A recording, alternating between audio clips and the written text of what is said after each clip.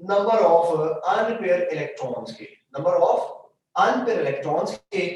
और यहीं से अगर बाइंडिंग एनर्जी के साथ साथ मैं एक और टॉपिक जिसको आप मेल्टिंग और बॉइलिंग पॉइंट कंसीडर कर लीजिए, melting point and boiling point, तो ये भी इसी के साथ ही डिस्कस हो जाएगा कि binding energy is directly proportional to unpaired electron, और यही डायरेक्टली प्रोपोर्शनल है किसके, आपके पास मेल्टिंग पॉइंट और बॉइलिंग पॉइंट, मेल्टिंग पॉइंट के भी और बॉइलिंग पॉइंट के भी। ठीक है, तो अगर तो आपके पास अनपेयर इलेक्ट्रॉन ज्यादा होंगे तो उतने ही आपके पास उसका मेल्टिंग पॉइंट और बॉइलिंग पॉइंट ज्यादा होगा और बाइंडिंग एनर्जी भी ज्यादा होगी। इसके साथ साथ इसमें सिर्फ एक मिनट बेटा, अनपेयर इलेक्ट्रॉन के साथ साथ इसमें उसकी पैकिंग भी मैटर करती है कि उसकी पैकिंग किस तरह से है।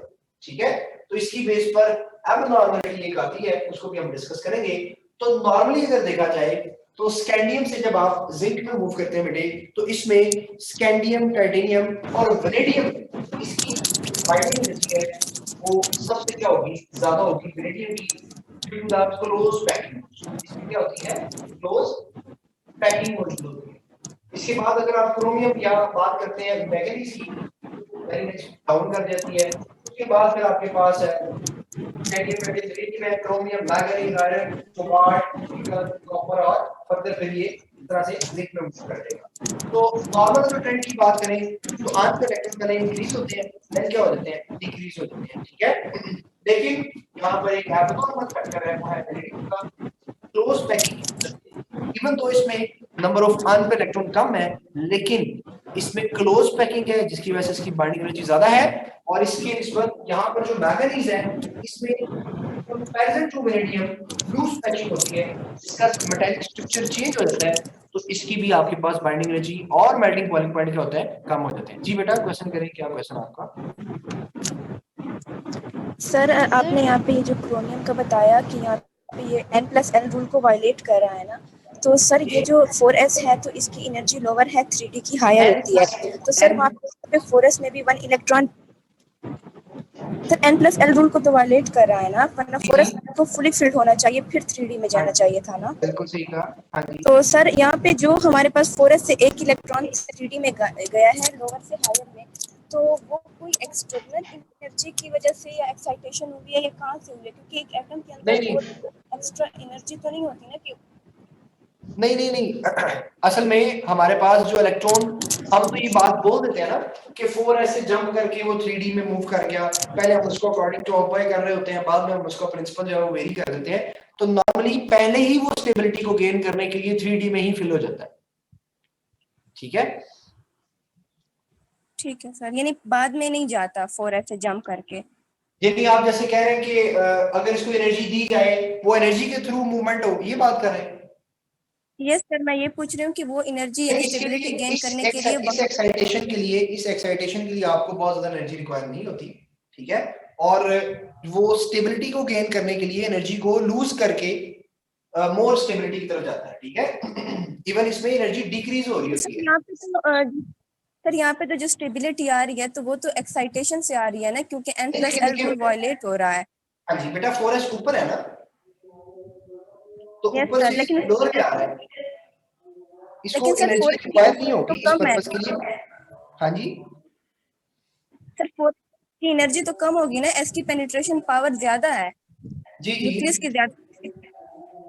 लेकिन वो नहीं, आप वैलेंस शेल के अकॉर्डिंग देखें इसको बेटा, वो 4s है, 4s 3d से बाहर ही होगा। ठीक है, अब जब इलेक्ट्रॉन निकलना होता है, इसमें मोस्टली बच्चों को ये भी नहीं, इसमें भी कंफ्यूजन होती है, इसमें जब भी इलेक्ट्रॉन निकलेगा तो इलेक्ट्रॉन पहले 4s से निकलेगा। फॉर एग्जांपल अगर क्रोमियम पॉजिटिव है, तो बताइए इसके डी में कितने इलेक्ट्रॉन्स होंगे? हाफ इट 5 होंगे ना। 3d5 वो। ठीक है, यस तो सर। इट मींस जब क्रोमियम पॉजिटिव है तो इसमें जो इलेक्ट्रॉन रिमूव हुआ है वो कहां से रिमूव हुआ है, वो 4s से इलेक्ट्रॉन रिमूव होगा। इलेक्ट्रॉन कहां से रिमूव होगा, यस सर, 4s से, क्योंकि ये आउटर साइड पर है, बाहर वाली साइड पर है।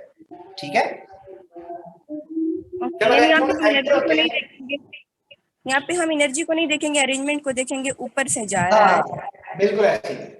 ठीक है, रिमूवल आउटर से होगा और जब फिलिंग होगी तो फिर वो विद रिस्पेक्ट ऑफ एनर्जी होगी और उसमें फिर वायलेशन है, वॉयलेशन में एक क्वेश्चन मैंने आपके साथ इलेक्ट्रॉनिक कॉन्फ़िगरेशन जब पहले पढ़ाई थी तब भी डिस्कस किया था कि क्रोमियम और कॉपर जो है या इनके जो पूरे ग्रुप्स मैंने लिखे हैं इसमें एमसीक्यू पूछ लेता है कि जैसे आपने ही बोल दिया n+n उनको वॉयलेट कर रहा है या ऑफ बाय प्रिंसिपल को फॉलो नहीं कर रहा है ड्यू टू द स्टेबिलिटी, वो स्टेबिलिटी को अटेन करने के लिए ये वॉयलेशन करता है। जी बेटा अगर किसी और का क्वेश्चन है तो जल्दी कीजिएगा ताकि इलेक्ट्रॉनिक कॉन्फ़िगरेशन ये जो लिखी है इन्हीं नोबल गैस से कंपेयर करके, तो ये तो शेल के नंबर के अकॉर्डिंग नहीं आगे लिखते फिर? शेल के नंबर के अकॉर्डिंग मतलब कि 3D1 पहले आएगा और 4s2 बाद में आएगा। ओके ये जरूरी नहीं है, बाय द वे दोनों तरह से लिखा जाता है, कोई मसला नहीं है इसमें, ठीक है। तो 4s क्योंकि पहले फिल होता है तो नॉर्मली हम 4s लिख देते हैं, तो 3d को आप पहले भी लिख सकते हैं। तो मैंने इसको विद रिस्पेक्ट ऑफ एनर्जी लिख दिया ना, 4s की एनर्जी कम है तो पहले 4s में आएंगे फिर 3d में जाएंगे, ठीक है। ओके सर मैग्नीज को आपने इतना नीचे लिखा है, उसकी अपने वजह क्या बताई थी? मैग्नीज देखिए अब वेरिडियम का तो बुक में लिख देता है जी, बल्कि बाय द वे दोनों की रीजन उसने मेंशन नहीं की हुई, तो वेरिडियम जो है उसकी क्लोज पैकिंग की वजह से ज्यादा है, तो मैग्नीज का कम क्यों है? इवन दैट मैग्नीज के अंदर तो नंबर ऑफ अनपेयर्ड इलेक्ट्रॉन ज्यादा है, तो मैग्नीज की लूज पैकिंग होती है, ठीक है, हेक्सागोनल फॉर्म में इसका स्ट्रक्चर होगा, तो इसमें लूज पैकिंग है जबकि वेरिडियम में क्लोज पैकिंग है। तो binding energy number of unpair के साथ-साथ किस पे डिपेंड करती है? उसकी पैकिंग पे भी डिपेंड कर रही होती है। सर दूसरा सवाल है, इधर बाइंडिंग एनर्जी का मतलब क्या है?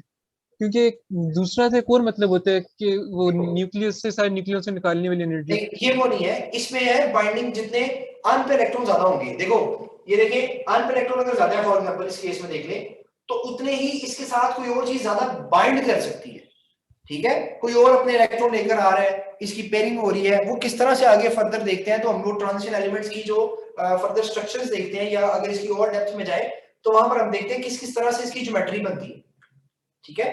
तो वो तो हमारा खैर टॉपिक नहीं है कि जिसमें हम इसकी ओवरऑल ज्योमेट्री भी डिस्कस करें। जैसे एक बच्चे ने क्वेश्चन किया था डी आउटर भी होता है डी इनर भी होता है, लाइक sp3 d2 है और d2 sp3 है, तो इसमें इस तरह की डिटेल काफी मौजूद है लेकिन हम उसको स्टडी नहीं करेंगे, ठीक है। जैसे आपने यहाँ पर इतना याद रखना है कि अनपेयर इलेक्ट्रॉन ज्यादा होंगे, अनपेयर इलेक्ट्रॉन का मतलब क्या है कि वो बाइंडिंग इलेक्ट्रॉन्स हैं, अनपेयर का मतलब क्या है बाइंडिंग इलेक्ट्रॉन्स, तो जितने बाइंडिंग इलेक्ट्रॉन ज्यादा होंगे उतनी बाइंडिंग फोर्सेस ज्यादा होंगी, जितनी बाइंडिंग फोर्सेस ज्यादा होंगी उतना मेल्टिंग बॉइलिंग पॉइंट ज्यादा होगा, उतनी बाइंडिंग एनर्जी ज्यादा होगी, ठीक है। ये आप याद रखेंगे। और इसमें एबनॉर्मल फैक्टर कौन सा होगा कि इवन दैट अनपेयर इलेक्ट्रॉन ज्यादा है, ठीक है, लेकिन फिर भी उसकी बाइंडिंग एनर्जी कम है, या नंबर ऑफ अनपेयर इलेक्ट्रॉन कम है बाइंडिंग एनर्जी ज्यादा है जैसे वेनेडियम, तो इसमें number of unpaired electron manganese से तो कम है ना, लेकिन क्लोज पैकिंग विन कर गई वहां पर, तो ये एक एबनॉर्मल केस है जिसको आप याद रखेंगे।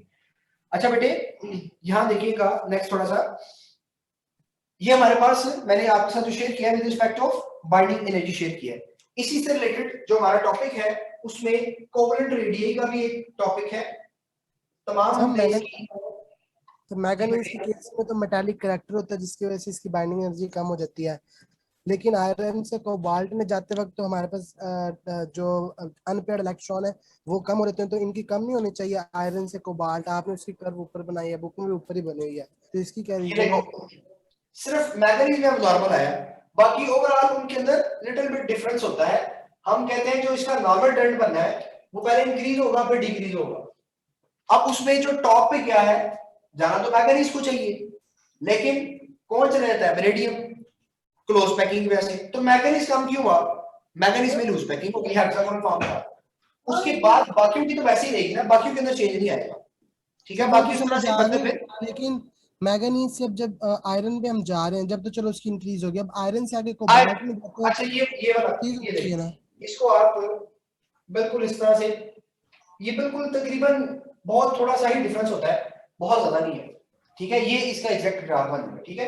आप आगे की बात करें, ये वाला ग्राफ कह रहे हैं ना, आयरन हो गया, कोबाल्ट है, निकल है, कॉपर और जिंक, ठीक है।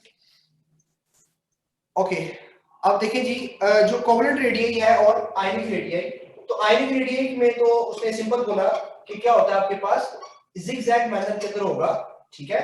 और जब कोवलेंट रेडियई की बात करें तो कोवलेंट रेडियई में पहले क्या होता है डिक्रीज, फिर एक कांस्टेंट होने के बाद इंक्रीज आ जाता है। तो बेटे इसकी क्या रीजन है ये हम देख लेते हैं। कहता है जैसे जैसे आप ये देखते हैं लेफ्ट राइट मूव करते हैं फ्रॉम स्कैंडियम टू जिंक, तो इलेक्ट्रॉन्स कहां पर फिल हो रहे हैं, ये देखिए बेटे किस में फिल हो रहे हैं, डी में। अब डी इनसाइड है, ये बेसिकली आपका 3d है और ये 4s है। अब इलेक्ट्रॉन्स कहां पर एंटर हो रहे हैं, डी के अंदर, कहां पर एंटर हो रहे हैं, डी। तो डी क्या है, इनर शेल, इनर शेल की वजह से क्या होगी, अट्रैक्शन क्या हो जाएगी, कम। पहले तो एटॉमिक नंबर के बढ़ने से क्या होगा, न्यूक्लियर चार्ज बढ़ता जाएगा, लेकिन एक वक्त आएगा जब डी में इतने इलेक्ट्रॉन्स आ जाएंगे कि वो शील्ड कर लेंगे, उससे फिर अट्रैक्शन क्या हो जाएगी, कम। तो इसलिए देखिए आखिर में जाकर फिर इसका जो कोवलेंट रेडियस है वो क्या हो जाता है, इंक्रीज हो जाता है। जी बेटा क्वेश्चन करें, आपने हैंड रेज किया हुआ है। Yeah. Sir, I just wanted to ask something. Is this from topic 10? Topic Topic 10, chemical bonding. नहीं बेटे, ये ट्रांजिशन एलिमेंट्स को हम डिस्कस कर रहे हैं, not from the chemical bonding. Okay, thank you. Sir ये जो अब हमारी बुक में ना आयोनिक रेडियस, आपने कहा था जिगजैग में होगा, लेकिन उन्होंने थ्योरी में लिखा हुआ है कि इसका कोई स्पेसिफिक पैटर्न नहीं है, मतलब ये हाँ जी। इरेगुलर है, तो फिर ये ग्राफ Irregular। गलत बना हुआ है। इधर तो नहीं, इन्होंने नहीं, बेटे। रेगुलर शो किया हुआ है। नहीं रेगुलर कैसे शो किया हुआ है, इरेगुलर है। देखिए कभी नीचे चला गया, फिर ऊपर आ गया, फिर नीचे आ गया, फिर ऊपर चला गया, ये इरेगुलर है, ठीक है। मतलब सर ये भी याद करना इनका पैटर्न आयोनिक हाँ जी, इसके लिए कोई स्पेसिफिक पैटर्न नहीं है। ओके, अच्छा बेटे नेक्स्ट देखिए, कोवलेंट रेडियस और इसके बाद हमारे पास जो इसकी प्रॉपर्टी आती है, वो प्रॉपर्टी आपके पास कौन सी है जी, वो है आपके पास पैरामैग्नेटिक और डायमैग्नेटिक बिहेवियर। तो पैरामैग्नेटिक और डायमैग्नेटिक बिहेवियर को भी यहां पर हम डिस्कस कर लेते हैं कि जितना अनपेयर इलेक्ट्रॉन ज्यादा होंगे उतना ही उसका वो जो बिहेवियर है वो पैरामैग्नेटिक होगा। वो क्या होगा बेटे, आपका पैरामैग्नेटिक होगा। मैं लास्ट में टेबल डिस्कस करूंगा विद रिस्पेक्ट ऑफ पैरामैग्नेटिज्म और डायमैग्नेटिज्म। तो अगर तो अनपेयर इलेक्ट्रॉन ज्यादा है तो वो पैरामैग्नेटिक है, अगर तो पेयर्ड है तो डायमैग्नेटिक है। और इससे रिलेटेड बाकी तमाम बातें मैं टेबल पे शेयर करूंगा, तो वहां पर आप देख लेंगे। तो पैरामैग्नेटिक का मतलब है कि उसमें अनपेयर इलेक्ट्रॉन ज्यादा है, ठीक है बेटे, और डायमैग्नेटिक का मतलब है कि उसमें इलेक्ट्रॉन्स जो है वो क्या है, पेयर्ड फॉर्म में। वो किस फॉर्म में है जी, आपके पास पेयर्ड फॉर्म में इलेक्ट्रॉन्स मौजूद हैं। तो इसके बाद ऑक्सीडेशन स्टेट एक प्रॉपर्टी है, हम उसको भी डिस्कस करते हैं। ऑक्सीडेशन स्टेट की अगर बात करें तो नॉर्मली जो ऑक्सीडेशन स्टेट है ट्रांजिशन एलिमेंट्स की, वो वेरिएबल ऑक्सीडेशन स्टेट होती है। वो क्या होती है आपके पास बेटे, वेरिएबल ऑक्सीडेशन जो स्टेट होगी। अब कॉमन जो आपके पास ऑक्सीडेशन स्टेट है वो है पॉजिटिव 2, ये कॉमन ऑक्सीडेशन स्टेट है। लेकिन एलिमेंट्स टू एलिमेंट्स वेरी करती है। ये आपके पास नॉर्मली 2 से लेकर 7 तक मूव करती है, 1 भी होती है, 2 भी होती है और 7 तक एक्सीड करती है। और इसमें बात पूछ लेता है कि मैक्सिमम जो है वो ऑक्सीडेशन स्टेट किसकी होगी। मल्टीपल ऑप्शन आपको दे सकता है जी। Maximum oxidation state, maximum oxidation state is for, किसके लिए होगी बेटा, अल्फा ऑप्शन आपके पास आयरन है, बीटा ऑप्शन आपके पास कोबाल्ट है, चार्ली ऑप्शन आपके पास है निकल, और डेल्टा ऑप्शन आपके पास है मैंगनीज। तो मैंगनीज के लिए आपके पास जो ऑक्सीडेशन स्टेट है वो मैक्सिमम 7 तक वैल्यू इसकी हो सकती है। तो इसके लिए नॉर्मली अगर यहां पर मैं लिखूं कि स्कैंडियम से लेकर, स्कैंडियम है, टाइटेनियम है, vanadium, chromium, manganese, iron, cobalt, निकल, कॉपर और जिंक है।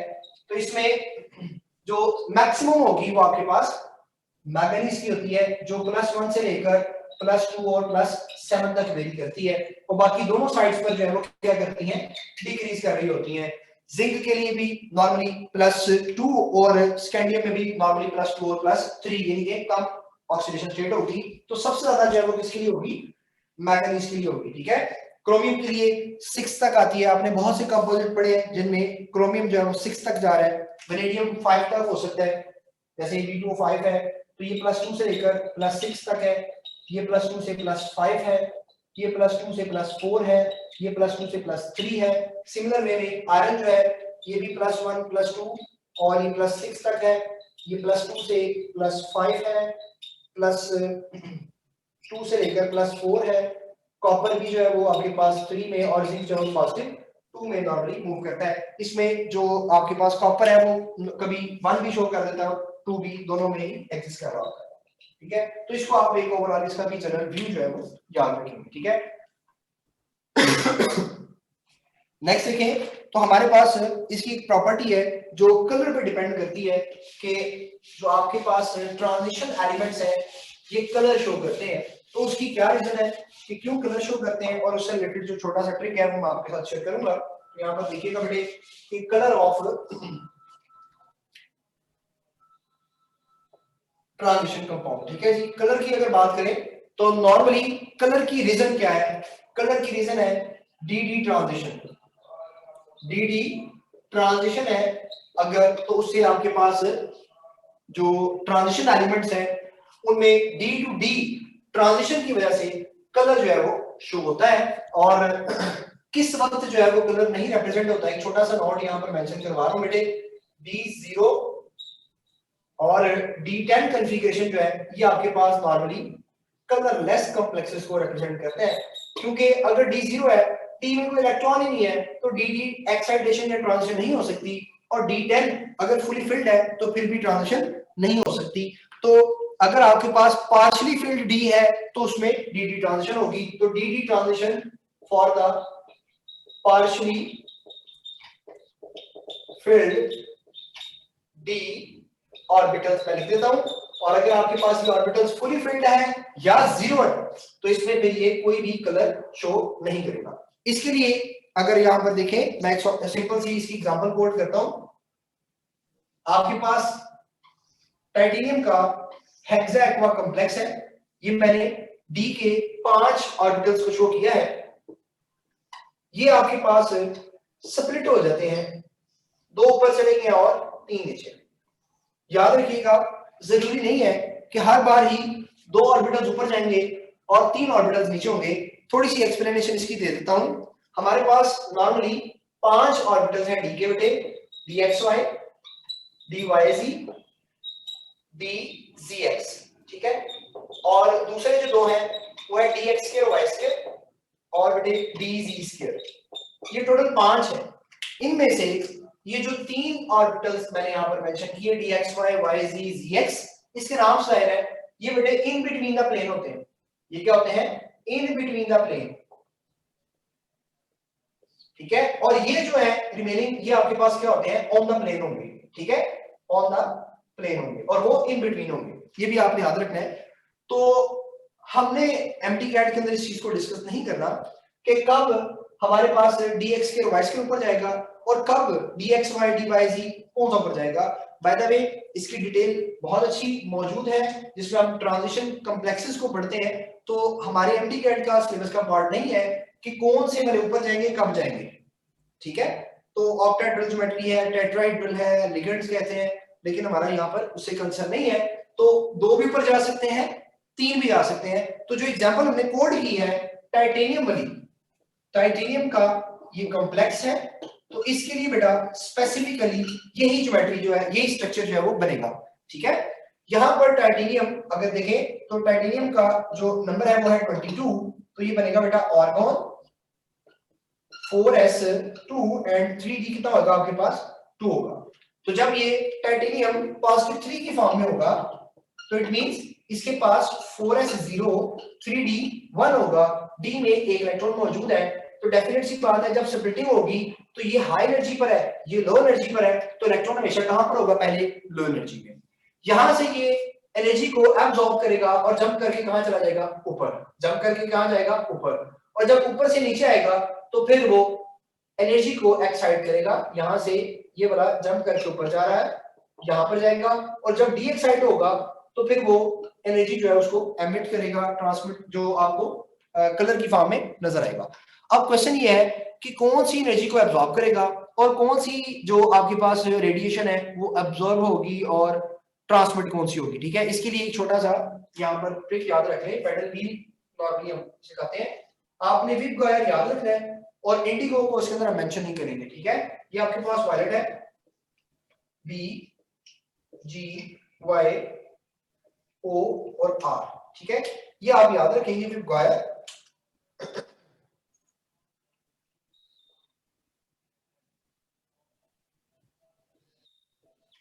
ओके, तो इस तरह से इस व्हील को याद रखेंगे। अगर तो हम इस स्पेसिफिक कॉम्प्लेक्स की बात करें तो ये येलो लाइट को क्या करता है? एब्जॉर्ब करता है। ओके जी, ये येलो लाइट को क्या करेगा, एब्जॉर्ब करेगा। अगर ये येलो लाइट को एब्जॉर्ब कर रहा है तो जो आपको कलर नजर आएगा, ऑब्जर्व होगा, वो आपके पास वायलेट होगा, बिल्कुल ऑपोजिट साइड का। और उसके राइट और लेफ्ट साइड का, ये राइट है और ये लेफ्ट साइड है, ये ट्रांसमिट होगा। ये कलर क्या होगा, ट्रांसमिट होगा। तो आपने इससे रिलेटेड एमसीक्यू याद रखनी है। अगर तो ऑरेंज कलर एब्जॉर्ब हो रहा है तो कलर ऑब्जर्व कौन सा होगा, ब्लू, और ट्रांसमिट कौन सा होगा, वायलेट और ग्रीन। तो ये बात आप याद रखेंगे, इतना सा आप याद रख लें। यहां पर इस स्पेसिफिक कॉम्प्लेक्स के लिए ये येलो लाइट को ऑब्जॉर्व करता है, वायलेट लाइट आपको नजर आती है, और ब्लू और रेड लाइट को क्या करता है, ट्रांसमिट करता है। ठीक है, ये विद रिस्पेक्ट ऑफ कलर है। अगर मैं यहां पर बात करूं कि कौन सा पेयर है, which of the following pair show colourless complex, जी कौन सा जो है वो कंपाउंड है वो कलरलेस कॉम्प्लेक्स शो करेगा। इसमें मैं मल्टीपल ऑप्शंस बनाता हूं, ए बी सी और डी। हम मल्टीपल ऑप्शंस यहां पर डिस्कस कर लेते हैं। फॉर एग्जांपल जी यहां पर है आपके पास जिंक ले लेते हैं और कॉपर है, zinc 2 positive, copper 2 positive, scandium है पॉजिटिव 3, और साथ में मैंने क्रोमियम ले लिया पॉजिटिव 2। इसी तरह से स्कैंडियम है आपके पास पॉजिटिव 3 एंड वेनेडियम पॉजिटिव 5, और इसी तरह से Fe positive 2 and Zn positive 2। तो इन तमाम ऑप्शंस में कौन सी ऑप्शन जो करेक्ट होगी, आपकी पार्टिसिपेशन है बेटे, बोले जी। डेल्टा। डेल्टा, बाकी भी बोले शाबाश सर ने जी। म्यूट किया। हाँ जी बेटे, सर वो म्यूट है। ओके म्यूट है, ओके अब बोले। Excuse me, sir? कलरलेस तो आपने पूछा था, वो जिंक होगा ना? चार्ली होगा, चार्ली लग रही है, चार्ली होगा। ठीक है, आपने पेयर सेलेक्ट करना है। अगर जिंक पॉजिटिव 2 देखें तो ये तो कलरलेस देता है, लेकिन इस पेयर में कॉपर है तो कॉपर नहीं देता। ठीक है बेटे, तो स्कैंडियम 3 पॉजिटिव, यस D0 है। क्रोमियम 2 पॉजिटिव, ये D0 नहीं है, तो ये भी कलर देगा पेयर। स्कैंडियम की बात करें positive 3 D0, vanadium positive 5 electron निकल गए, D0 होगा। ठीक है, और आयरन और जिंक, तो इसमें जो करेक्ट ऑप्शन बनेगा वो चार्ली होगा ना। स्कैंडियम भी D0 है और वेनेडियम भी D0 है, तो D0 और D10 कॉम्प्लेक्सेस जो है वो आपके पास कलर शो नहीं करते। तो अच्छा इस सर, तरह से मेरा ये सवाल अच्छी था, बात होती है। दो सवाल है सर मेरे, आपने बीच में म्यूट काफी देर के लिए कर दिया था सर। ओके, एक जो ओके। आपने जो कोवेलेंट रेडियाई वाली बात की थी, जो एक्सप्लेनेशन थी वो मैं लिख नहीं पाया था, समझ में नहीं पाया था, वो बता देना। दूसरी ठीक है। बात जो आपने व्हील बनाया ना, इसमें इसको एक बार फिर से बता देना कि ऑब्जर्व वाली जो सारी बात है। ओके, अच्छा बेटे पहले कोवेलेंट रेडियस की बात सुने। ये देखो, ये आपके पास 4s है और ये 3d है। ओके, अब जब इलेक्ट्रॉन आते हैं, देखिए स्कैंडियम में d में एक इलेक्ट्रॉन है, वेनेडियम, क्रोमियम, मैंगनीज, आयरन, तो इलेक्ट्रॉन्स कहां पर आ रहे हैं, 3d के अंदर आ रहे हैं। तो पहले तो क्या होता है, जब एटॉमिक नंबर बढ़ता है तो न्यूक्लियर चार्ज बढ़ता है। न्यूक्लियर चार्ज बढ़ रहा है, अट्रैक्शन ज्यादा हो रही है, साइज क्या हो रहा है, कम। तो शुरू में तो साइज कम हुआ, समझ आती है। कहते हैं जब आप इलेक्ट्रॉन ऐड करते जाते हैं तो डी में इतनी सैचुरेशन हो जाती है, इतने इलेक्ट्रॉन्स आ जाते हैं कि डी बेसिकली इनर शेल है ना, तो ये क्या करेगा, ये शील्डिंग काज कर देगा। ठीक है, इससे शील्डिंग इफेक्ट बन जाएगा, और वो शील्डिंग इफेक्ट क्या करेगा, अट्रैक्शन को कम कर देगा। इससे क्या हो जाएगी, अट्रैक्शन कम हो जाएगी। तो बच्चे जब अट्रैक्शन कम होगी तो साइज क्या हो जाएगा फिर उसका, लार्ज। तो इसलिए कोवेलेंट रेडियस का जो स्ट्रक्चर था, सॉरी जो ग्राफ था, उसमें ऐसे करके लास्ट पे इंक्रीज आ रहा था। ठीक है, कांस्टेंट क्यों होते हैं, कांस्टेंट क्यों हो जाते हैं बीच में? वो सेंटर में कांस्टेंट है, क्योंकि देखो वहां पर जितनी अट्रैक्शन हो रही है उतना ही डी उसको शील्ड कर रहा है। ठीक है, जैसे एटॉमिक नंबर बढ़ा, अट्रैक्शन बढ़ गई, अट्रैक्शन बढ़ने से साइज क्या हुआ, कम। अब डी की उतनी ही क्या हो रही है, जितनी वो अट्रैक्शन को क्या कर रहा है, शील्ड करने से अट्रैक्शन को कम कर रहा है, तो वो फिर ओवरऑल क्या रह जाएगा, दोनों का इफेक्ट कैंसिल होकर क्या बन जाएगा, कांस्टेंट। फिर डी में इतने इलेक्ट्रॉन आ जाते हैं कि उसका शील्डिंग इफेक्ट उसकी अट्रैक्शन पे डोमिनेट हो जाता है, देन अट्रैक्शन कम करके तो फिर वो इंक्रीज कर देता है। ठीक है, अच्छा, मैं व्हील को तो जो डिस्कस करता हूँ। वी वाली चीज बता देना दोबारा से जो व्हील आपने में डिस्कस बनाई। करता हूँ बेटे। मैंने व्हील में ये बताया कि आप इसमें विप गायर याद रखेंगे, ठीक है, और उसके अकॉर्डिंग आप इसको याद रखेंगे। विप गायर में ये तो एक नॉर्मल सा ही पेड़ है, तो इसमें आप आई इंडिगो को आएगा मेंशन नहीं करेंगे, सर, इंडिगो आई को नहीं मेंशन आएगा। नहीं करेंगे। तो violet, blue, green, yellow, orange, red. अब इसमें जो चीज, जो भी लाइट आपको बोलता है कि ये एब्जॉर्ब हो रही है, तो उसके ऑपोजिट वाली आपको नजर आएगी, ऑब्जर्व होगी, और उसके लेफ्ट राइट वाली वो ट्रांसमिट होगी। ये इसका छोटा सा कंसेप्ट ठीक है है। Sir, thank you. जैसे इसमें sir yellow light transmit absorb होने होती से है। क्या मतलब है? क्या बेटे? ट्रांसमिट होने का क्या मतलब है इसमें? ट्रांसमिट होने का मतलब कि उस लाइट को वो एब्जॉर्ब नहीं कर रहा, वो ट्रांसमिट कर रहा है, ठीक है। आप उस पे विजिबल लाइट पहनते हैं तो वो सारी लाइट तो एब्जॉर्ब नहीं करता। जैसे ब्लैक है, हम ब्लैक के लिए बहुत फेमस कहते हैं कि ब्लैक को नॉर्मली हम गर्मियों के अंदर नहीं पहनते, क्यों? वो तमाम तरह रेडिएशंस को एब्जॉर्ब कर देता है, ठीक है। सर वैसे अगर देखा जाए तो जो ट्रांसमिट हो रही है वही तो हमें नजर आ रही होती है। नहीं नहीं, जैसे ऐसा नहीं होता। सर बाइंडिंग एनर्जी का हम स्टेबिलिटी से क्या रिलेशन लेंगे? किस चीज की स्टेबिलिटी? सर उसके स्ट्रक्चर की। नहीं सर, ये जो इलेक्ट्रॉनिक स्टेबिलिटी, जिस तरह अगर मैंगनीज का बहुत कम है तो मैंगनीज में 4s की फुल स्टेबिलिटी है और जो 3d है उसकी हाफ फुल स्टेबिलिटी है, तो हम यहाँ पे इनवर्स रिलेशन ले सकते हैं कि वो ज्यादा अच्छा, स्टेबल होने आप की वजह।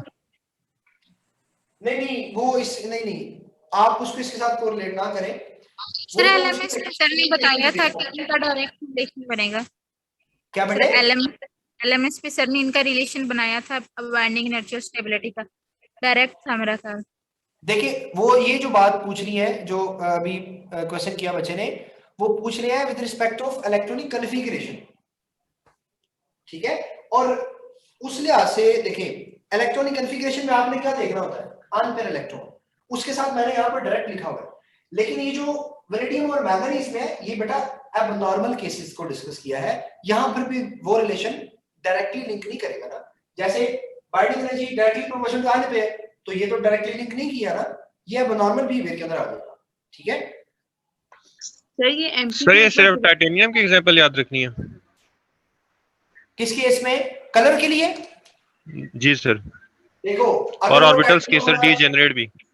देखिए बेटा, अगर वो टाइटेनियम का एग्जांपल देता ही नहीं है, फिर मैंने ये ट्रिक बताया हुआ, वो आपसे पूछता है ऑरेंज एब्जॉर्ब कर रहा है, बताएं उसका कलर क्या होगा? बेटा ब्लू कलर जो है वो आपको नजर आएगा, ठीक है। वो कहता है जी ग्रीन लाइट एब्जॉर्ब कर रहा है, तो कौन सा कलर नजर आएगा आपको?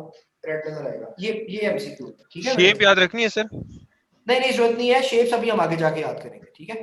सर मैंने पूछना था कि ये जो हमारी बुक पे लिखा हुआ कि जो पॉजिटिव टू ऑक्सीडेशन स्टेट है ये एस इलेक्ट्रॉन्स की वजह से होती है, तो सर ये कॉपर और, हाँ जी, कॉपर और क्रोमियम जो है इनमें तो होता ही एक इलेक्ट्रॉन, तो ये पॉजिटिव टू कैसे शो करते हैं? उनके लिए नहीं ना होगी ना, उनके लिए पहले 4s से निकलेगा, फिर 3d से निकलेगा, ठीक है।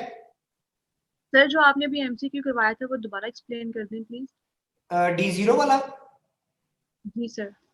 मैंने बेटा ये बोला कि D0 और D10 कॉम्प्लेक्सेस क्या होते हैं? शाबाश, पार्टिसिपेट करना है, फिर मजा आएगा। क्या होते हैं? कलरलेस। कलरलेस। तो देखो, स्कैंडियम और वेनेडियम को ड्रा कर देता हूं। ये देखें, ये स्कैंडियम है। स्कैंडियम बेटा क्या होता है? मैं आर्गोन नहीं लिख रहा, 4s2 3d1। सर मुझे तो बोर्ड स्कैंडियम नहीं आ रहा। ये नजर नहीं है नहीं सर, कैमरा थोड़ा नीचे करता है। बेटा, ये वाला एरिया नजर आ रहा है? सर कैमरा थोड़ा सा नीचे। ओके, इशू है सबको, तो मैं फिर इसको सेट कर देता हूँ। अब ठीक है? यस। अच्छा देखो, 4s2 3d1 है, तो पॉजिटिव 3 में क्या होगा? ए 2 इलेक्ट्रॉन कहां से जाएंगे? 4s से, और थर्ड इलेक्ट्रॉन कहां चला जाएगा? डी में से। तो डी में कितने इलेक्ट्रॉन हो जाएंगे? 0। तो D0 कॉन्फ़िगरेशन होगी। दूसरा देखें, दूसरा मैंने पेयर कौन सा लिखा है साथ इसके? वेनेडियम। तो बेटा वेनेडियम पे पॉजिटिव 5 चार्ज, वेनेडियम की कॉन्फ़िगरेशन होती है 4s2 3d3। तो 5 पॉजिटिव का मतलब है 2 इलेक्ट्रॉन S से गए, 3 इलेक्ट्रॉन D से गए, तो D0 है। तो इसलिए दोनों के जो पेयर होगा ये क्या होगा? कलरलेस होगा। जी बेटा, आमना क्वेश्चन करें, शाबाश, जल्दी कीजिएगा। सर मैंने कर लिया था, हैंड डाउन ओके, इसके अलावा बाकी बच्चों का अगर कोई क्वेश्चन है तो बेटे कर ले, नहीं तो सर इन सबकी इलेक्ट्रॉनिक कॉन्फ़िगरेशन याद करनी है। क्या कहा आपने? इलेक्ट्रॉनिक कॉन्फ़िगरेशन याद करनी है। हाँ, ये तो इसमें तो कॉम्प्रोमाइज ही कोई नहीं है बेटे। अगर आपको इलेक्ट्रॉनिक कॉन्फ़िगरेशन नहीं आती तो आपको पूरा ट्रांजिशन एलिमेंट्स वाला चैप्टर ही नहीं आएगा, ठीक है? तो आपने इसको याद रखना है। ओके, लास्ट हमारे पास जो इसकी प्रॉपर्टी है वो है बेटा कैटलिस्ट की प्रॉपर्टी, कि नॉर्मली आपके पास जो ट्रांजिशन मेटल्स है ये या ट्रांजिशन एलिमेंट्स जो है ये आपके पास किसमें यूज होते हैं? कैटलिस्ट के तौर पर भी यूज होते हैं। इसकी बहुत कॉमन एग्जांपल्स में आप आयरन को यूज करते हैं। कहाँ यूज करते हैं बता सकते हैं जी? Sir Haber process, Haber process और मोलिब्डेनम ऑक्साइड और क्रोमियम ऑक्साइड को कहाँ यूज करते हैं? Sir methanol methanol formation. Okay, इसके अलावा आपने एक और भी पढ़ा होगा क्रोमियम ऑक्साइड से रिलेटेड, याद करें जरा। सर क्या चीज? क्रोमियम ऑक्साइड से रिलेटेड और इस तरह का पढ़ा हुआ है? Vanadium 5 oxide. याद करें Al2O3, chromium oxide, silicon oxide, आया ध्यान में? सर ये हैबर्स प्रोसेस नहीं है। नहीं, ये वाला क्रोमियम ऑक्साइड यूज करते थे ऑर्गेनिक केमिस्ट्री ये में। वो उसमें हाइड्रोजनेशन वो जब हम बनाते थे टोल्विन को कन्वर्ट करते थे और वो एरोमेटाइजेशन में, याद है जी? ओके, एरोमेटाइजेशन के अंदर भी हम इसको यूज करते हैं। अच्छा, और भी इसमें आप ऐड कर सकते हैं लाइक प्लैटिनम, निकल, कहाँ यूज होते हैं? हाइड्रोजनेशन। हाइड्रोजनेशन। तो इस तरह से आप मल्टीपल एग्जांपल्स यहाँ पर प्रिपेयर कर लीजिएगा जो यहाँ पर यूज हो रही होती है, ठीक है? और भी है, वेनेडियम पेंटॉक्साइड भी है, टाइटेनियम टेट्राक्लोराइड भी यूज होता है, ठीक है, प्लास्टिक वगैरह के अंदर। तो आप इसकी भी एग्जांपल्स को यहाँ पर कोड करेंगे। अब मैं आपके साथ एक टेबल शेयर करता हूँ और फिर हम इससे रिलेटेड कुछ और एमसीक्यूज को भी डिस्कस करेंगे। Sir I have a question, ये कैटलिस्ट से रिलेटेड है मेरा जी। सर ये एमसीक्यूज आया हुआ था कि जो हमारे पास ट्रांजिशन मेटल्स है ना ये एज अ कैटलिस्ट बिहेव करती हैं। तो दो ऑप्शंस में मतलब मुझे याद है उनमें से एक होगी, एक उन्होंने लिखा हुआ था वेरिएबल ऑक्सीडेशन स्टेट और दूसरी थी लार्ज सरफेस एरिया। तो एलएमएस पे सर ने ना हमें बताया था लार्ज सरफेस एरिया मेनली जो इफेक्ट करता है कैटलिस्ट का, लेकिन उधर आंसर उन्होंने वेरिएबल ऑक्सीडेशन स्टेट लगाया हुआ था, मतलब लार्ज सरफेस एरिया को नहीं प्रेफरेंस दी उन्होंने। ओके, देखो लार्ज सरफेस एरिया भी है, बात जगह पर अगर थर्ड ऑप्शन में आपको डी इलेक्ट्रॉनिक कॉन्फ़िगरेशन बताए वो भी ठीक है, और अगर वो आपको वेरिएबल ऑक्सीडेशन स्टेट बताए तो वो भी ठीक है। यानी बेसिकली सुने, जो रीजन है कि ये कैटलिस्ट के तौर पर भी बिहेव कर लेता है और मल्टीपल एप्लीकेशन है, उसकी जो मेजर रीजन है वो लार्ज सरफेस एरिया। इसकी सेकेंडरी जो ऑप्शन साथ मिल जाती है उसमें ये कह सकते हो कि डी इलेक्ट्रॉन की इन्वॉल्वमेंट है, वो भी ठीक है, ठीक है। तो लेकिन जो करेक्ट ऑप्शन जो है वो लार्ज सरफेस एरिया की फेवर में ही जाता है, ठीक है। ओके, ये तो सिंपल सी बात है ना, कैटलिस्ट जो है वो इसी पे डिपेंड करते हैं। साथ बेटे क्वेश्चन है तो मुझे बता दे, हैंड रेज है जी आपका। सर, हाँ वो मुझे पता चला कि सारे अनम्यूट है। सर ट्रांजिशन मेटल्स की जब स्पेसिफिकली बात करते हैं तो तब तो उनकी वेरिएबल ऑक्सीडेशन स्टेट ही तो वजह नहीं है। नहीं, कैटलिस्ट के अंदर देखे ना, नहीं, जब हम कैटलिस्ट अगर हम सर सिर्फ कैटलिस्ट की इन जनरल बात कर रहे हैं फिर तो कह सकते हैं, लेकिन जब आप एक स्पेसिफिकली ट्रांजिशन मेटल्स की बात कर रहे हैं तो उसके लिए तो कोई वजह है ना कि हम इनको क्यों इस्तेमाल करते हैं, इनका फायदा क्या होता है? एब्जॉर्ब भी कर लेते हैं और वो जो सारे इनको काम होते हैं। नॉर्मली एक एमसीक्यू ये था जो मैंने देखा, उसमें एक था सरफेस एरिया भी लिखा हुआ था, इन्वॉल्वमेंट ऑफ डी इलेक्ट्रॉन भी लिखा हुआ था, वेरिएबल ऑक्सीडेशन स्टेट, तो उसमें डी ऑप्शन थी ऑल ऑफ दीज, तो वो all of these correct option बनता। पर अगर ऑल ऑफ दीज ना भी होती, अगर कोई चौथी वो रहती तो बेस्ट ऑप्शन तो फिर भी वेरिएबल ऑक्सीडेशन स्टेट नहीं होनी थी। इसके रिस्पेक्ट से ट्रांजिशन एलिमेंट्स के कैटालिटिक एक्टिविटी के पॉइंट ऑफ व्यू से देखें फिर तो वो रीजन वेरिएबल ऑक्सीडेशन स्टेट नहीं बनती। अगर आप वैसे अभी फिलहाल मेरे ज़हन में यही है कि बेटा इसमें लार्ज सरफेस एरिया ही प्रेफरेंस होनी चाहिए। बाय द वे इसको मैं देखता हूँ कि उसमें क्या ऑप्शंस अवेलेबल हैं, तो उसके अकॉर्डिंग फिर वेरी हो सकता है। लेकिन अभी लार्ज सरफेस एरिया या मैंने जो है, क्योंकि वो आ जाती है उसकी जनरल प्रॉपर्टी के अंदर, ठीक है। कैटलिस्ट का जो रोल है ना वो लार्ज सरफेस एरिया के साथ है। आपने रिने निकल पढ़ा होगा, जैसे निकल है और जी, रिने यूज करते हैं, तो उसकी क्या रीजन है? रिने निकल क्या करता है? उसकी एक्टिविटी को एनहांस कर देता है। जो काम आप 300 डिग्री सेल्सियस पे कर रहे हो 100 डिग्री सेल्सियस पे हो जाएगा। रीजन क्या है? तो सरफेस एरिया उसका ज्यादा, सरफेस एरिया, ठीक है। तो मैं by the way surface area की फेवर में हूँ, बाय द वे इसको मैं एक बार फिर स्टडी करके आपसे शेयर कर दूंगा, ठीक है? सर ओके, जो पीएमसी ने सैंपल टेस्ट दिए हैं 3, वो आपने मतलब देखे हैं? हाँ जी, मैं आपसे शेयर करूंगा। उसमें एक एमसीक्यूज है, उसने वो दो ऑप्शन वाले भी दिए हुए हैं। 25 वाला एमसीक्यूज है वो, अब मेरा ख्याल है वो मेरे ज़हन में नहीं है कि वो कौन सा है, वो ठीक नहीं है। एक और ऑप्शंस भी है, फिर एक आधा उसने आउट ऑफ सिलेबस भी डाला हुआ है, तो मैंने देखा है। लेकिन सर मोस्टली क्वेश्चन जो है ना वो बुक लाइन, मतलब ऐसी लाइंस हैं जो मतलब हम इग्नोर कर देते हैं। जी, सिंपल हमेशा आप जितने मर्जी पास पेपर उठाएं, उसमें बड़ा ही सिंपल पेपर आता है जो बुक से रिलेटेड होगा, को बहुत एक्स्ट्राऑर्डिनरी या बाहर की बहुत ज्यादा चीजें नहीं डिस्कस करता। अच्छा बेटे, अब हम डिस्कस करते हैं जो एक सिंपल टेबल आप याद रखेंगे। उसमें यहाँ पर स्कैंडियम है, टाइटेनियम है, ये आपकी पार्टिसिपेशन से टेबल बनेगा, आपने पार्टिसिपेट करना है सभी ने, ठीक है? इसलिए मैंने सबको अनम्यूट रखा हुआ है। तो स्कैंडियम है, टाइटेनियम है, उसके बाद बेटा vanadium, chromium, manganese, iron, cobalt, निकल, कॉपर और जिंक। अब इनमें इनके जो एटॉमिक नंबर है वो 21 है। तो स्कैंडियम की कॉन्फ़िगरेशन क्या होगी, साथ में अगर यहाँ पर रिप्रेजेंट करते हैं हम जी। मैं आर्गोन शो नहीं कर रहा, चले आर्गोन भी लिख देते हैं, एक वाले के साथ लिख रहा हूँ, बाकी आप अंडरस्टूड है कि आपको उसका आइडिया हो जाएगा। 4s2 और 3d1, ठीक है? और इसमें क्रोमियम वाला जो केस है वो मेंशन कर देता हूं बेटे। 4s1 3d5 होगा, ये 3d3 होगा, 4s2 ये 4s2 3d क्या होगा 2, ऐसे ही 4s2 3d5 4s2 3d6 4s2 3d7 4s2 3d8 4s1 3d10 and 4s2 3d10। ये इनकी नॉर्मल इलेक्ट्रॉनिक कॉन्फ़िगरेशन बनेगी। अब हम इसमें देखते हैं कि अनपेयर इलेक्ट्रॉन कितने होंगे। इसमें हम क्या देखेंगे कि unpaired electron in D, unpaired electron in D, इसमें दो केसेस है, मैं दोनों को डिस्कस करता हूं कि एटॉमिक फॉर्म में और आयनिक फॉर्म में, दोनों फॉर्म में देख लेते हैं। क्या लिखता हूं कि unpaired electron in D, atom की फॉर्म में और फिर आयन की फॉर्म में, दोनों में देखते हैं।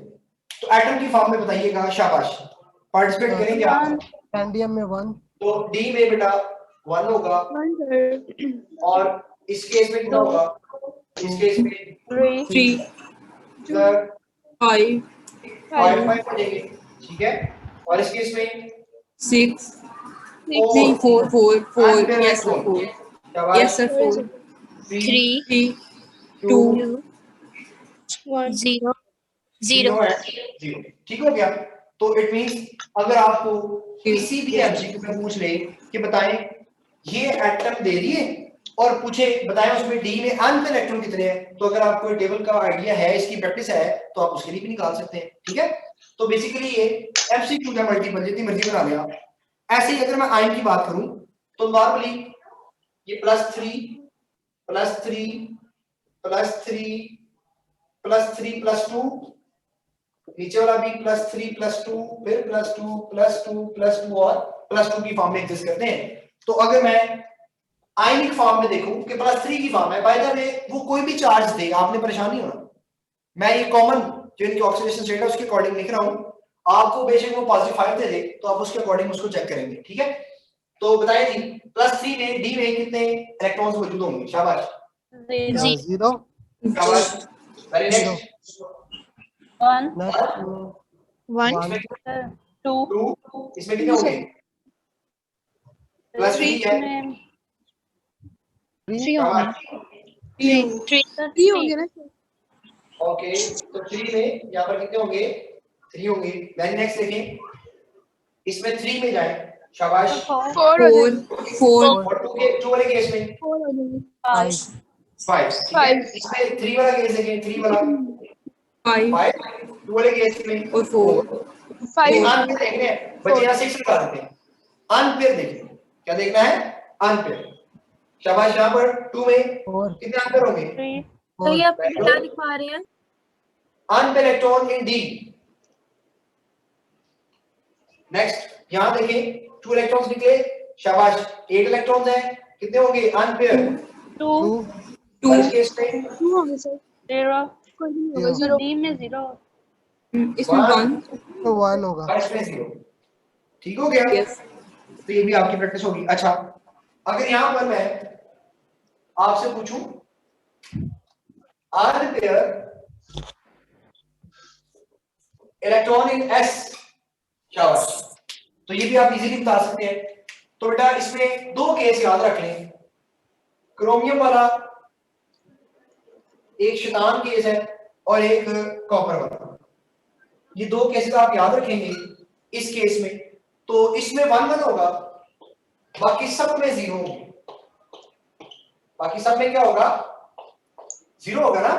एस देख ले, अनपेयर इलेक्ट्रॉन की बात कर रहा हूं, नॉट पेयर्ड। क्लियर है बात ये? अच्छा जी, इसमें जो और इंपॉर्टेंट चीज है ये भी याद रख ले, ये 2 0 0 में आते हैं, ये 2 5 5 में आते हैं, ये भी चीजें याद रखनी साथ साथ, ठीक है, ताकि ये चीजें पॉइंट आउट होती रहे कि किस तरह से इसमें क्वेश्चन जो है वो पूछ सकता है। अच्छा अब यहां पर अगर हम एक और टेबल जो है कॉलम बना लें, टोटल अनपेयर लिख सकते हैं, या यहां पर मैं अगर जी टोटल अनपेयर कितने होंगे, यानी इसमें एस भी शामिल है और डी भी शामिल है, जी कितने होंगे? 1 तो पहले वाले केस में देखें तो कितना होगा बेटा? 1, शाबाश। दूसरे वाले केस 2 नेक्स्ट 3 3 6 देखा जी 6, शाबाश। और 5 इस वाले केस में कितने हो जाएंगे जी? 5, उससे नीचे 4 और 3 नेक्स्ट 2 1 0 1 ऐसा है ना? 1 yes sir 1 और 0 इट मींस ये टोटल अनपेयर की होगी। अच्छा इसी में क्वेश्चन देखें, आपसे पूछ सकता है बताएं इसके एम शेल में कितने इलेक्ट्रॉन होंगे? तो एम शेल के लिए क्या करेंगे, मैं एक छोटा सा बता रहा हूं आपको बेटे। आर्गोन को याद रखें, मैं यहां पर एक्सप्लेन करता हूं कि आर्गोन है 1s2 2s2 2p6 3s2 3p6, ये आर्गोन है। इसके बाद आता है 4s2 और फिर 3d में इलेक्ट्रॉन एंटर हो रहे। यानी अगर आपने m देखना है, क्या देखना है? m, तो बेटे आपके पास k होता है, l और m कौन सा है? थर्ड वाला, और n कौन सा होता है? 4 वाला। अब थर्ड वाले देखें तो थर्ड वाले में 3s भी मौजूद है, 3p भी, मींस ये 8 इलेक्ट्रॉन्स आप आर्गोन में हर केस में ऐड करेंगे। आर्गोन वाले 8 इलेक्ट्रॉन हर केस में ऐड करेंगे। तो बताएं स्कैंडियम की m में कितने होंगे? शाबाश 9 सर वेरी गुड 9 11 उसके आगे 11 उसके बाद 11 12 जी कितने होंगे? 9 और 3 12 11 उसके बाद yes sir शाबाश 4 शाबाश 14 वेरी 9 गुड और 5 14 13 5 14 देखिए 13 का गैप खत्म हो गया। हाँ एक गैप आया 14 हो गया नेक्स्ट अगले में भी 14 सबमिट लग गई आप। उसके बाद 15 15 15 नेक्स्ट 16 16 sir 17 17 नेक्स्ट 19 19 19 और नेक्स्ट 20 19 19 बेटा 10 ऐड करने हैं ना 9 के किसने किया आपने एम शेल वाला? एक मिनट हमारे पास है 8 है ना, तो 10 18 हो जाएगा और इसमें भी 18 हो जाएगा, ये 18 हो गया। ओके बेटा और सर 10 और 9 सर ये वाला पॉइंट दोबारा बता दें। 19 होगा सर। एक मिनट वेट कर ले, आपने m वाले देखने हैं। m में 3s है, 3p है और 3d है। 3s और 3p वाले 8 तो हर एक के अंदर मौजूद है, तो आपने d वाले उसमें ऐड कर देने। तो 8 प्लस ये वाले 8 कितने हो जाएंगे? ये हो जाएगा 16। ठीक है बेटे 15 पर और ये ऊपर वाला जो है कितना 30 देगा? में मिस्टेक हुई है 15 और इसमें कितना सर देंगे 9 के बाद आपने क्या लिखे? 9 के बाद आपने 11 क्यों लिखे सर? मैं एक मिनट देखता हूँ इसको 3 हो गए सर। जीनिया में देना यहाँ पे सर अब यहाँ पे कितने होंगे 10 उसके यस बाद सर 11 11 अब यहाँ पर 13 सर 13 14 यहाँ भी यहाँ 13 होगा यस जी सर ये भी 13 ओके नेक्स्ट चलें ये ठीक है सर 8 और 6 14 ये ठीक हो गया 7 ऐड करेंगे 15 हो अभी सही जाएगा 16 हो गया 18 और 18 ठीक हो गया अच्छा ऐसे ही अब आपसे अगर पूछ ले एन में कितने होंगे शाबाश जीरो एन में 4 आता है तो क्रोमियम और नहीं कॉपर उनमें एक अब आप ये देखें सिर्फ दो स्टूपिड केस है एक क्रोमियम वाला और एक कॉपर वाला इस केस में बात होगी बाकी तमाम केसेस के अंदर क्या होंगे 2 ठीक हो गया तो इस तरह से आपने अपने आप को क्या करना है जी बेटा प्रिपेयर करना है ये मैंने आपके साथ एक ओवरऑल टेबल शेयर किया है तो इससे रिलेटेड कुछ टोटल अनपेयर लिखे हैं ये स्पेस पे लिखे हैं ये चाहिएगा प्लीज ये जो टोटल अनपेयर सर ये जो आपने हाँ जी एस और पी दोनों को मिलाकर एस और डी को सॉरी जो वैलेंस है ना एस और डी के लिहाज से पूछ रहा हूं बस ठीक है तो सर फर्स्ट में 4 नहीं आएंगे अनपेयर सॉरी 3 बेटा 4s 2 पेयर फॉर्म में ना अनपेयर हाँ जी पूछिए ओके सर ओके ठीक हो गया अच्छा जी अब आप ये देख लें यहाँ पर ये जो लिखा था ये भी मैं साथ लिख देता हूँ कि के का क्या मतलब है एल एम और एन ये बेसिकली 4 है ये 3 है ये 2 है और ये 1 है और इस 3 वाले में आपने देखना 3s को 3p को और 3d को और नीचे वाले केस में आपने जस्ट देखना था 4s को अच्छा हम थोड़ी सी और प्रैक्टिस करते हैं कहता है मेरे पास मल्टीपल ऑप्शन है 5 4 0 3 या कोई भी ऑप्शन हो सकती है 5 है 4 है 3 है और 0 है ठीक है जी तो इसमें क्वेश्चन आप बना सकते हैं जी बताएं कि यहाँ पे इलेक्ट्रॉन है तो कौन कौन सी ऑप्शंस बनेगी मैं यहाँ पर पुट करता हूँ बेटे पुट कर लेते हैं बेटा स्कैंडियम पॉजिटिव 3 इसके लिए कौन सी ऑप्शन होगी वनेडियम पॉजिटिव 5 आ गया ऐसे ही क्रोमियम पॉजिटिव 1 है और आयरन Fe है पॉजिटिव 3 मैंगनीज न्यूट्रल है Fe पॉजिटिव या इस तरह से इतने ही क्वेश्चन बहुत है तो स्कैंडियम 0 के लिए कौन सी ऑप्शन करेक्ट होगी कितने आंसर इलेक्ट्रॉन होंगे डेल्टा 0 और रेडियल के लिए भी डेल्टा ऑप्शन क्रोमियम पॉजिटिव 1 24 होता है अल्फा इसके लिए अल्फा शाबाश Fe positive 3 alpha sir iron के लिए अल्फा मैंगनीज जी मैंगनीज में answer electron 5 alpha multiple option आपको दे दे क्रोमियम पॉजिटिव 6 कितना होगा जी क्रोमियम पॉजिटिव 6 कितना होगा 0 मैंगनीज पॉजिटिव 3 कितना होगा आपने मैंगनीज बनाया तो मैंगनीज पॉजिटिव 3 भी बनाया 4 शाबाश तो इसमें बीटा ऑप्शन बन जाएगा तो इस तरह से बहुत सी एमसीक्यूज आ सकती हैं जो सारी की सारी इलेक्ट्रॉनिक कॉन्फ़िगरेशन पे बेस करती है ठीक है तो मैक्सिमम जो आन पे इलेक्ट्रॉन होते हैं वो किसके हो सकते हैं मैंगनीज के हो सकते हैं Mn पॉजिटिव 2 के Fe पॉजिटिव 3 या क्रोमियम नॉर्मली इन्हीं के हमारे पास सबसे ज्यादा होते हैं तो यहां तक देख लें अगर कोई क्वेश्चन डिस्कस करें जी बेटे Mn+2 Mn+3 और Fe+3 इनमें सेम अनपेयर इलेक्ट्रॉन होंगे काउंट करें कौन कौन से हैं जी Mn+2 Mn+3 और आयरन+3 फॉर्म में हाँ जी Fe पॉजिटिव 3 है तो सेम होंगे Mn पॉजिटिव 2 और तीसरी ऑप्शन कौन सी है Mn+3 Mn पॉजिटिव 3 में तो 4 होंगे Mn पॉजिटिव 2 में 5 होंगे और Fe पॉजिटिव 3 में भी 5 होंगे ठीक है सर वो इधर मैग्नेटिज्म वाला लिखा हुआ ना तो उधर इन्होंने लिखा कि Mn2 और Mn+3 और Fe+3 इनमें सेम अनपेयर इलेक्ट्रॉन है मेरे ख्याल से वो डी की बात कर रहा है ऑप्शन बोलो Mn +2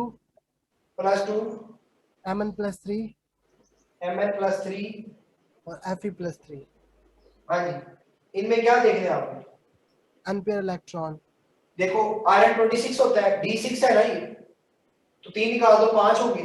Mn+3 है, इसमें 4 होंगे। Mn+2 है, इसमें 5 होंगे।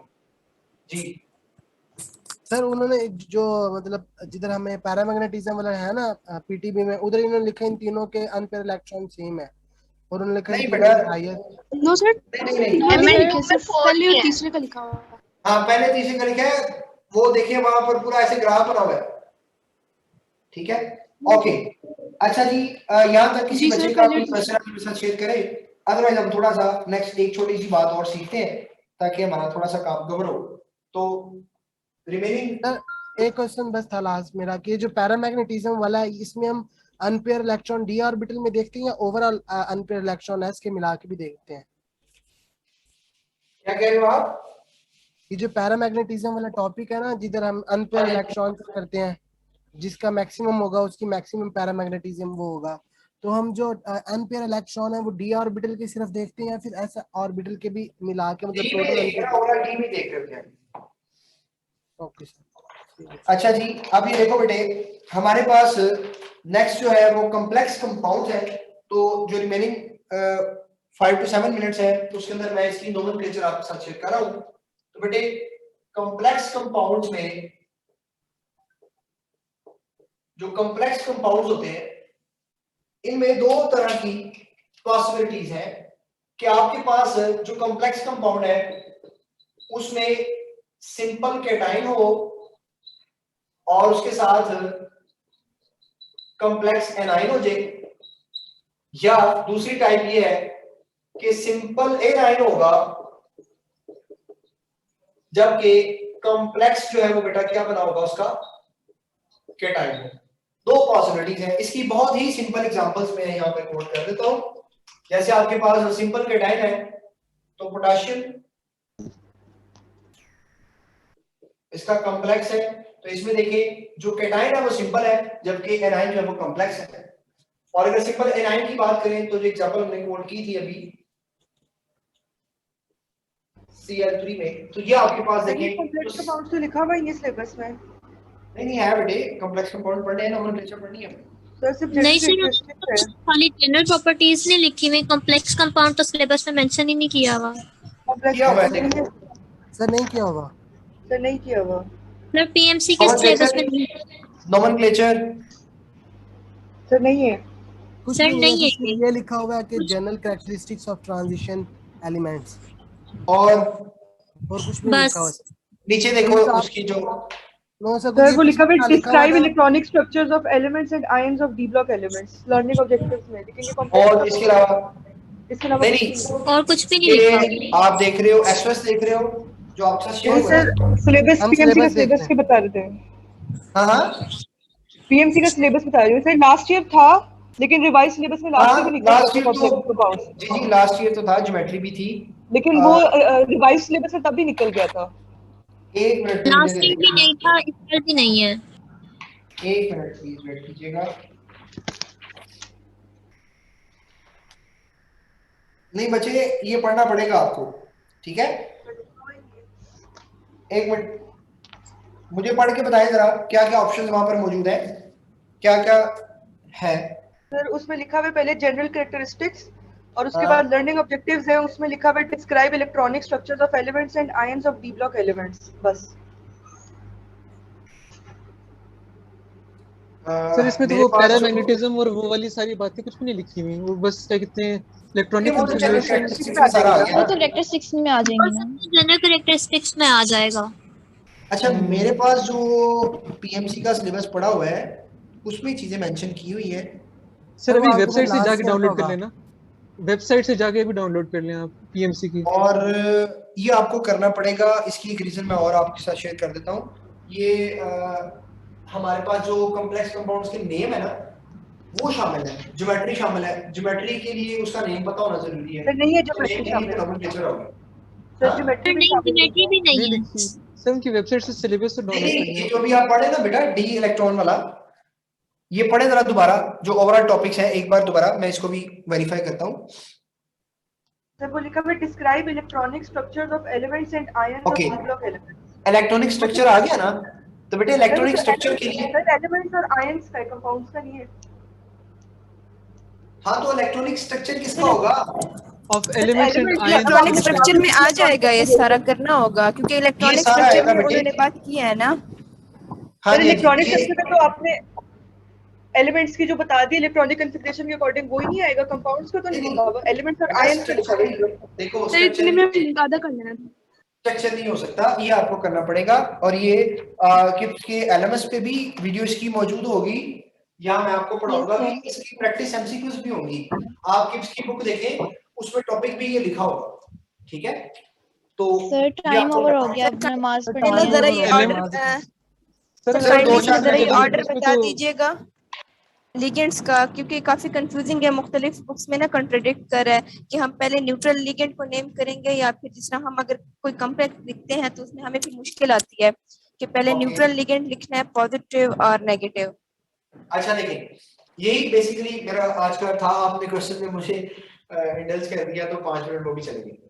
हमने नोमेनक्लेचर को डिस्कस करना था, कल हम इसको डिस्कस कर लेंगे। मैं एक ओवरव्यू आपको दे देता हूँ बेटे।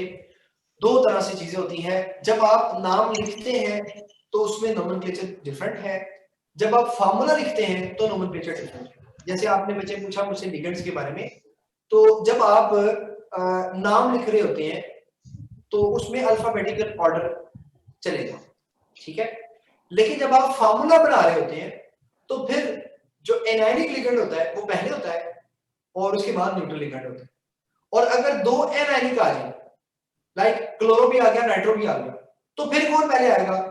ये लिखा जाएगा with respect of alphabetical order, ठीक है बेटे?